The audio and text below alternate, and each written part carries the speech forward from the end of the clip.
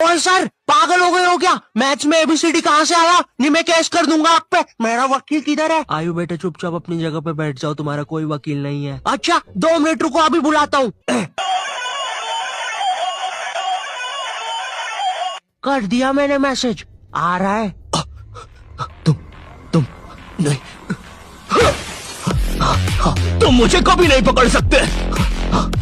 अरे लेकिन मैंने तो मजाक किया था, ये तो सच में ही भाग गए। सर भी फूट गया होगा रे खिड़की से। मैथ्स पर मुझे बचपन से ही भरोसा नहीं था। एक बार 5th क्लास में मैंने 9 का टेबल रटा था, 9 घंटे लगा के। अगले दिन स्कूल गया तो एक एबला बच्चा आके मुझे 9 का टेबल लिखने की ट्रिक बता रहा है। भाई 9 का टेबल कौन याद करता है यार? तू ऐसे लिख सकता है 9 8 7 6 5 4 3 2 1 1 2 3 4 5 6 7 8 9। माँ कसम बता रहा हूँ, उस टाइम वो बच्चा बस मुझे 9 का टेबल लिखने की ट्रिक बता रहा था, लेकिन न जाने क्यों उस टाइम वो मुझे मेरे 9 घंटे की मेहनत पे मूतता हुआ नजर आ रहा था। अरे 9 का टेबल कौन याद करता है? इससे तो 9 घंटे में स्टार उत्सव पे शाहरा का बूम बूम देख लेता है।